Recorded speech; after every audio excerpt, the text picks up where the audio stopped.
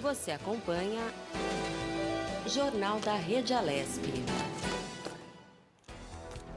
Olá, o Jornal da Rede Alesp está de volta. A gente segue com mais informações aqui do Legislativo Paulista. Agora a gente vai falar sobre privatização da Companhia Docas do Espírito Santo, a Codesa. O Ministério da Infraestrutura publicou na edição desta quarta-feira do Diário Oficial da União, o DOU. O modelo e as condições para a privatização da Companhia Docas do Espírito Santo. E sobre esse assunto a gente vai conversar com Larry Carvalho, ele é advogado. Boa tarde, Dr. Larry, seja bem-vindo ao Jornal da Rede Alesp. Eu não sei se eu pronunciei certo, porque eu estou em São Paulo. Codesa ou Codesa? É Codesa. Pronunciou correto. É um prazer estar aqui com você, um prazer estar com os telespectadores aqui, falando um pouquinho sobre o tema tão importante, hoje tão em voga no setor portuário e que vai impactar aí diretamente na economia brasileira. Pois é, você sabe que eu já ouvi notícia de que às vezes um produto sai da China e chega mais rápido aqui do que às vezes lá do nosso extremo nordeste de caminhões. Então os portos são muito importantes. Agora, quando a gente fala de privatização, também é muito polêmico. Vamos começar explicando o que é a Codesa e quais as suas atribuições, doutor, por favor. Bom, as companhias docas no Brasil, elas são administradoras portuárias, né? Elas são autoridades portuárias que geralmente administram os portos públicos brasileiros, né? Então, como temos em Santos, como temos em Fortaleza, a Companhia Doca de Fortaleza, como temos lá em Espírito Santo também, Codesa. E o governo federal, através do Ministério de Infraestrutura e Ministério da Economia, tem feito um trabalho aí nos últimos anos de tentar encontrar uma fórmula ideal para se fazer a privatização dessa administração portuária, né? E vamos dizer assim, o grande laboratório é a Codesa. A Codesa vem sendo trabalhado desde 2017, foi anunciado a intenção do governo federal em privatizar a Codesa, né, privatizar a gestão de autoridade portuária, e desde então vem se discutindo, todos os players do segmento têm participado de audiências públicas e tem tido um intenso debate sobre a temática, né, porque tem vários percalços, vários detalhes de como é que vai ser a tratativa, principalmente da empresa que ganhar uma possível licitação com as empresas que hoje já têm terminais arrendados dentro da área do porto. Então, tem várias discussões e isso demandou vários anos aí de estudo, teve todo um estudo de impacto, um estudo de análise antes, tiveram consultas públicas também sobre a temática e, finalmente, foi publicado a modelagem, né, como o governo definiu que deve ser essa privatização de Companhia Docas, privatização e realmente desestatização, até melhor falar, desestatização da Companhia Docas lá de Espírito Santo, colocando ela para iniciativa privada, e vai ser uma modelagem bem interessante, porque eles vão fazer a privatização junto com a concessão do porto em todo por 35 anos, podendo ser prorrogável por mais 5 anos também. E isso, sem dúvida alguma, essa modelagem é o que provavelmente tudo indica, mas obviamente ainda vão ter discussões, que deve ser aplicado em Santos também, e na Codeba também, que a Codeba é a Companhia Docas da Bahia, que também já está na lista do governo para a desestatização. Muito bem. O leilão vai abranger, estou lendo aqui, tanto a concessão da administração dos terminais portuários, quanto à exploração indireta das instalações, como o senhor colocou. Legalmente, como é que está isso? Precisa ser criada uma lei? Esse leilão já está em vista de ser realizado para poder realizar efetivamente? Pois não. Perfeito. Como é que tem acontecido com esses estudos? Efetivamente, inclusive, é possível acompanhar isso tudo de forma bem simples no portal da Parceria Público-Privado, que foi criado, e tem também o site do PPI também, e você acompanha todo o trâmite que está, todas essas concessões que estão sendo realizadas pelo governo federal, né? Então, tanto os terminais que estão sendo arrendados, como agora a Codesa. Então, qual que é a ideia? Passou-se por todo o período de estudo de como ia ser a modelagem, o governo agora propôs a modelagem, depois de várias consultas públicas, e agora vai ser submetida à TCU para que o TCU concorde com toda a modelagem, para que eventualmente venha a ter o edital de publicação. qual que é a ideia e por que essa concessão e essa desestatização da Companhia Docas, até para explicar um pouquinho para quem está em casa. Porque no Brasil a gente hoje tem duas sistemáticas de porto, né? A gente tem um porto considerado porto público e a gente tem os terminais de uso privado, que são geralmente terminais fora de porto público, terminais criados por empresas, né? E hoje a gente tem um crescimento muito grande no Brasil desses terminais de uso privativo, enquanto os terminais públicos brasileiros, eles obviamente continuam tendo muito investimento, mas muito investimento principalmente da iniciativa privada, porque mesmo o porto sendo público, é a iniciativa privada que efetivamente faz a movimentação de carga, né? Então, você tem a figura do operador portuário, você tem também várias áreas portuárias dentro de terminais de portos públicos que são arrendados à iniciativa particular. Então, você tem um investimento da iniciativa particular dentro de portos públicos, principalmente na questão de equipamentos para a movimentação portuária, e toda a parte necessária a uma maior produtividade na movimentação realmente dessas cargas que chegam a bordo dos navios. O grande problema que acontece é que as companhias docas, elas não, e a iniciativa pública não conseguiu acompanhar o mesmo ritmo de investimento. Então, enquanto você tem investimentos sendo realizados na parte de produtividade da movimentação de carga, realmente tem muita carência ainda de investimentos e muita dificuldade na parte de investimentos, e aí vindo da iniciativa pública, principalmente de dragagem, de acesso ao porto, toda a área tida como comum, né, que todo condomínio portuário se utiliza, que aquele investimento é utilizado em proveito de todos os usuários de carga, todos os operadores portuários que lá estão no porto, todos os terminais também que foram arrendados para iniciativa particular. Então, a ideia de fazer uma privatização da Codesa, né, ou essa desestatização, é exatamente para que a empresa que ganhe possa fazer a administração do porto. A empresa vai ter a concessão total do porto também, da área portuária, da área do porto público. E aí, o que se imagina? Que seja facilitado o investimento para a questão tanto de dragagem, como esses investimentos de área comum. A empresa que ganhar pela modelagem, ela não vai poder fazer a exploração direta dessas áreas, porque essas explorações diretas presumo-se que vão ser feitas até pelas empresas que já investiram e já receberam e já possuem contrato hoje de terminais arrendados também, né? Então, assim, a grande questão de, como eu falei, passaram-se anos sendo estudado, levado à consulta pública, exatamente para não ter nenhum conflito entre a empresa que vai receber essa privatização e concessão da área com todas as empresas que hoje já possuem algumas áreas arrendadas dentro do porto, né? Exatamente para evitar algum tipo de conflito de interesse ou alguma problemática e até para resguardar a segurança jurídica dessas empresas que já fizeram investimentos no setor portuário. Doutor, interessantíssimo esse assunto aqui, que está muito em voga agora, essa questão da privatização da Codesa, mas qual é o panorama que, quando a gente falar em Brasil, para a gente ampliar um pouquinho o conhecimento? O Porto de Santos, por exemplo, ele é público ou ele é particular? Se a gente for olhar os vários portos, como é que está essa questão? Porque a gente está falando do Espírito Santo, né? É bom a gente ter uma visão geral também para entender. Sem dúvida alguma. O Porto de Santos é um porto público, é uma companhia docas também.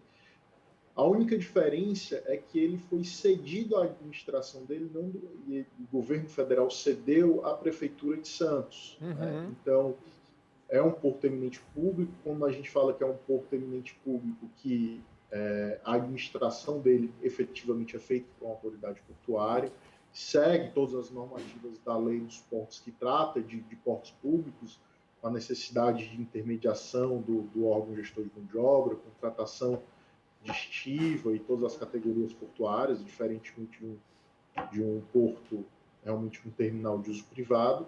E o que acontece? Aí sim, no Porto de Santos, por exemplo, você é de conhecimento público, os vários terminais que lá existem, né? Vários players com terminais.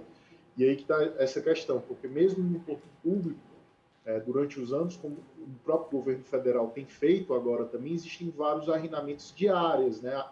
O governo arrenda áreas, às vezes, para construção de um terminal de containers, terminal de granel líquido, para movimentação de grãos, movimentação de açúcar, movimentação de soja, milho.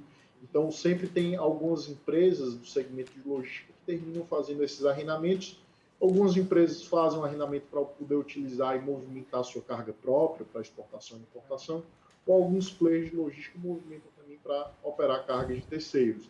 Então, tendo essa visão e a existência de vários contratos, como tem no Porto de Santos, em outros portos do Brasil também, essa noção de empresas que já investiram, já possuem contratos de arrendamento diário. Então, foi essa noção da empresa que está vindo, vá vir lá para a Codesa, efetivamente não poder fazer a exploração direta, mas sim a exploração indireta e tomar de conta dessa área comum que se chama desse investimento de área comum.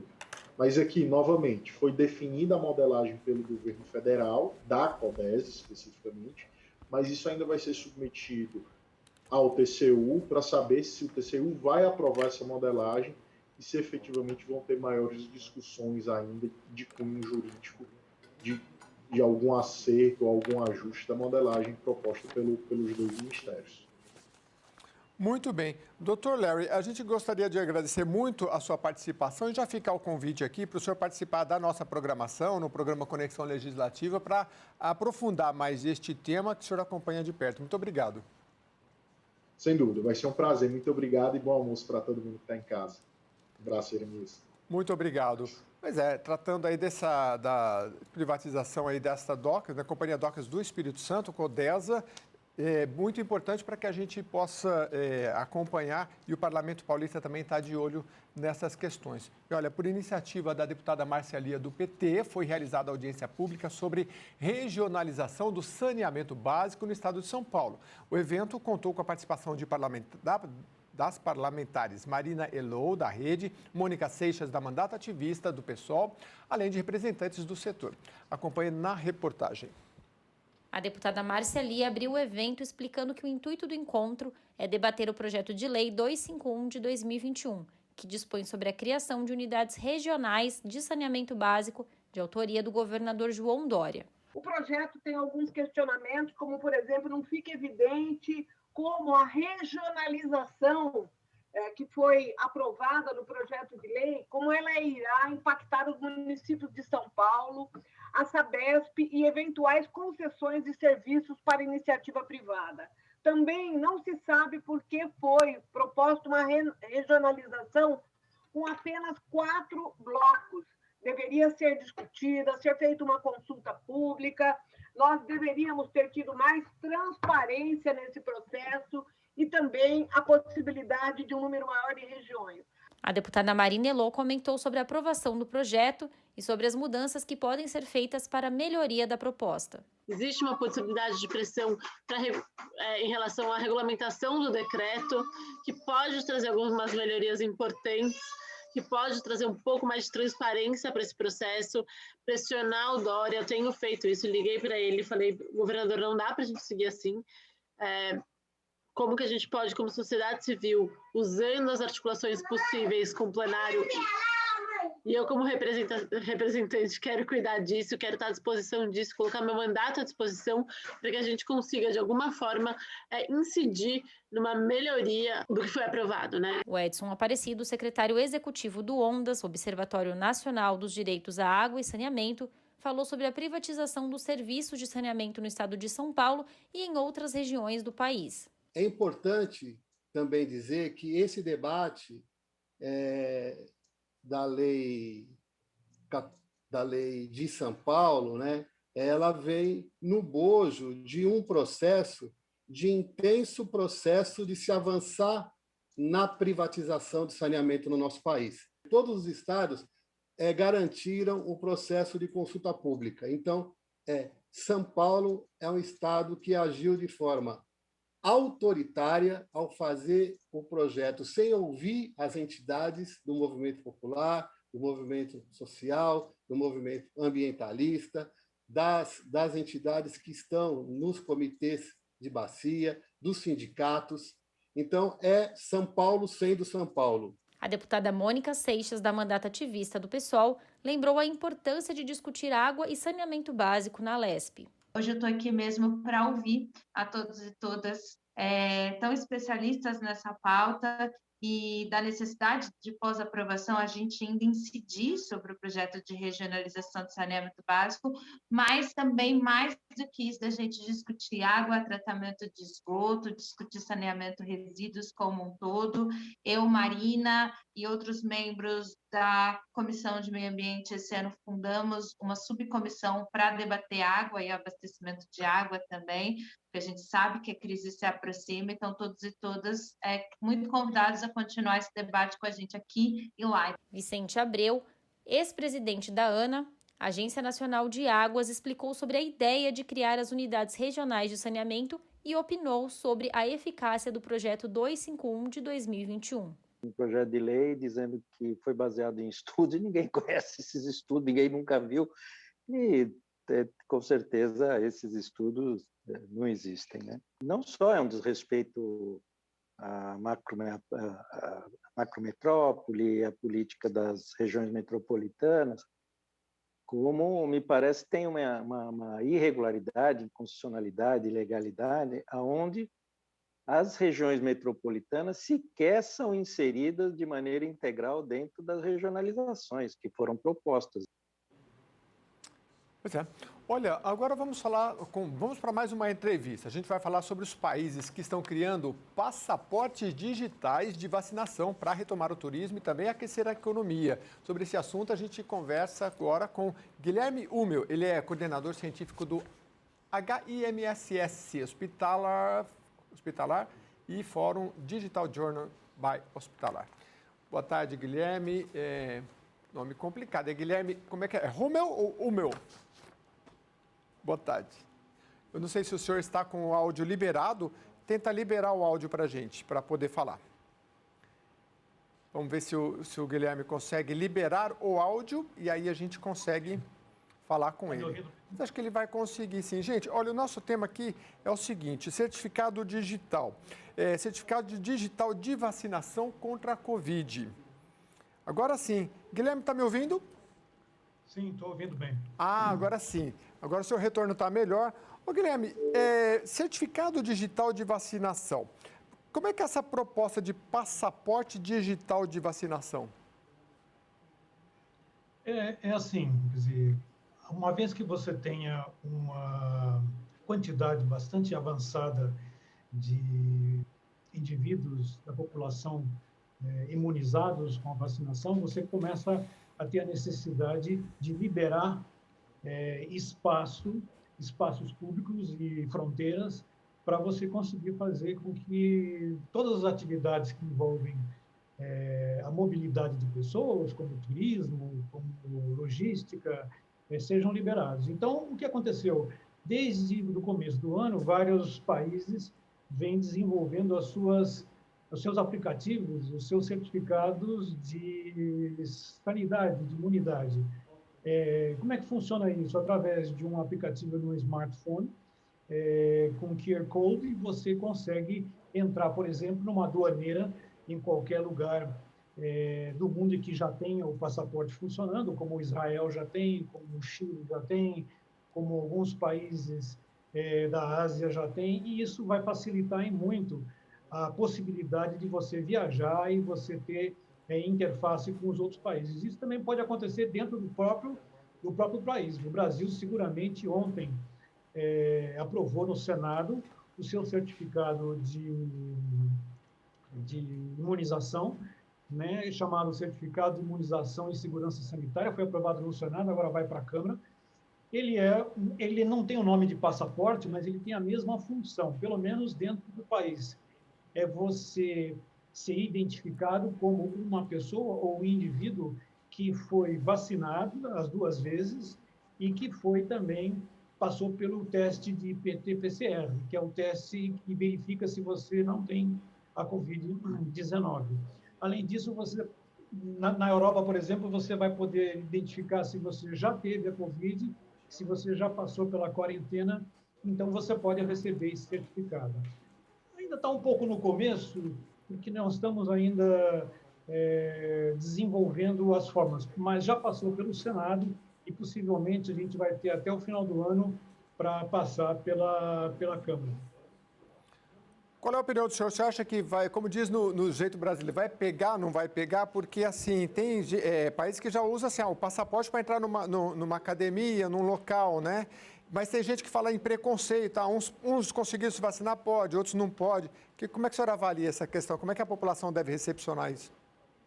Isso é um problema mundial, um problema internacional que já vem sendo discutido na Inglaterra, nos Estados Unidos, porque, de certa forma, você cria um instrumento de discriminação, um instrumento seletivo, em que as pessoas que podem ter mais facilmente acesso, elas vão chegar primeiro a ter esse documento. Isso tem a ver também com uma possibilidade de que as organizações internacionais, como a Organização Mundial da Saúde, as Nações Unidas e a própria União Europeia, elas precisam aprovar, aceitar a sua vacina, a vacina do seu país, as vacinas que estão sendo utilizadas no seu país. Por exemplo, a Europa e os Estados Unidos ainda não aprovaram a vacina da Ásia, as vacinas da Ásia e tampouco da Índia. Isso significa de que, enquanto essa homologação não for feita, possivelmente o documento brasileiro não será integrado ao documento internacional. Isso cria mais uma possibilidade de discriminação. E assim vai acontecer com todos os países pobres. Internamente, a população no Brasil, numa pesquisa feita ano passado, aprovou por 84% a criação do passaporte vacina. Isso foi legítimo. Mas acontece que quando você está usando uma ferramenta digital dentro de um país que nem todo mundo tem acesso digital, você tem uma nação que está no terceiro mundo, não é o caso do Brasil, com acesso ao segundo, nós temos os dois mundos aqui, o terceiro e o segundo mundo em conjunto, isto é, nós temos regiões do país que estão no terceiro mundo, que não têm acesso à conectividade, que não têm acesso, sequer têm acesso à assistência médica, e essas pessoas, de certa forma, vão ter que conviver com um documento, às vezes num celular, num equipamento celular de terceira geração, um equipamento que nem 4G e isso vai dificultar o acesso delas a essa tecnologia. Você vai me perguntar, mas isso vai ser resolvido? Vai ser resolvido com o tempo, mas não com a brevidade que se imagina. Quer dizer, eu imagino que este ano nós não vamos ter ainda isso tudo funcionando. Você precisa que o SUS integre os seus sistemas dentro desse certificado. Você não pode fazer com que isso não seja feito através do Estado. O Estado precisa participar disso. Então, uma coisa é eu chegar e querer o meu passaporte, eu vou lá, mostro o meu certificado de vacinação, mostro o meu PCR através de uma documentação, ou ao vivo ou não, e depois eu vou e faço e recebo o certificado. Isso é diferente quando eu já tenho a vacinação cadastrada lá no SUS, lá nas unidades, e o sistema de passaporte é integrado com essa ferramenta e vai buscar os dados automaticamente, como é o que está sendo feito na União Europeia. Os 27 países vão estar conectados e vão estar integrando as suas ferramentas para ter um único documento digital para toda a Europa. Muito bem, o Jornal da Rede Aleste está conversando aqui com o Guilherme Hummel, ele é coordenador científico do Hospitalar Fórum e do Digital Journey by Hospitalar e está falando aqui sobre esse certificado digital no Brasil e o passaporte digital de vacinação. Doutor Guilherme, de qualquer forma, economicamente, o senhor acha que vai ser viável? Porque eu me lembro que o presidente Obama liberou para os brasileiros, isso há bastante tempo atrás, antes da pandemia, para visitar a Holanda, assim. Então, economicamente, tem um sentido também nessa questão. Sim, economicamente é o maior sentido que tem. Quer dizer, se você for prestar atenção, o único motivo pelo qual os países da União Europeia já aprovaram o seu certificado, embora ainda tenha a terceira onda, a segunda onda acontecendo por lá, é justamente para revitalizar a economia. Esse assunto foi discutido intensamente, a parte econômica, no Digital Journey de maio, e vai ser rediscutido agora no evento Digital Health Journey em agosto, justamente para aprofundar na questão econômica. Porque será mais discriminatório ainda se você selecionar aqueles que vão ter o certificado, aqueles que vão ter o passaporte, né, através do seu perfil econômico. Por exemplo, se você tiver acesso às empresas certificadoras que vão fazer esse trabalho, se você, o teu perfil social vai influir naqueles que vão ter possibilidade de viajar interestadualmente. Por exemplo, eu acho praticamente impossível nós chegarmos até o final do ano sem que as viagens interestaduais dentro do Brasil exijam um documento de vacinação. Porque o maior fator de transmissão do vírus é justamente as possibilidades de mobilidade dentro do país. Então, se você pegar uma aviação comercial, um ônibus que vá daqui até o Nordeste, e vice-versa, que volte para cá também, você vai ter que ter algum tipo de documento para credenciar essa pessoa a poder viajar, porque senão ele pode transmitir o vírus daqui para outra localidade. Vamos lembrar que as pessoas que já tiveram Covid, as pessoas que já foram vacinadas, elas não estão imunes à transmissão, elas estão imunes à doença, elas estão imunes à Covid, mas elas podem ter o vírus ainda incubado dentro delas e transmitirem. Isso não necessariamente significa, por exemplo, por que todo mundo está insistindo na questão da máscara? Continuar usando máscara mesmo depois da vacinação. Porque você pode usar a máscara para se proteger contra aquele que já foi vacinado ou que eventualmente que já tenha tido a Covid, mas que continue com o vírus dentro dele. E possivelmente ele pode ser um transmissor. Então você tem que usar a máscara para evitar isso. Se você pensar na mobilidade urbana dentro do país ou internacional, será cada vez mais claro de que todo mundo vai precisar ou desse passaporte e ainda com ele vai precisar continuar fazendo sistemas de controle através de máscaras, por exemplo. Muito obrigado, Guilherme Rumel, coordenador científico do Hospitalar Fórum e do Digital Journey by Hospitalar, que colaborou aqui com a gente para falar sobre passaporte digital de vacinação, já está em andamento no Brasil, e já fica o convite para retornar esse assunto aqui na programação, com programas, que a gente também vai acompanhar. Muito obrigado. Obrigado a vocês. Pois bem, o Jornal da Rede Aleste está chegando ao fim, mas antes eu vou receber aqui a Melissa Araújo, que vai trazer para a gente o Tribuna Virtual. Correto, Melissa? Boa tarde. Boa tarde, Jeremias. Isso mesmo. Hoje a gente segue aqui a programação ao vivo da Rede Alesp com o Tribuna Virtual. A gente, como eu falei para você ontem, aqui esse é um espaço que os deputados conversam com a população, né? Colocam aí, prestam contas dos mandatos. Quando a gente não está em pandemia, a gente tem um pequeno e um grande expediente. Por conta da pandemia, a Rede Alesp criou esse espaço para que os parlamentares possam dialogar com o seu eleitorado.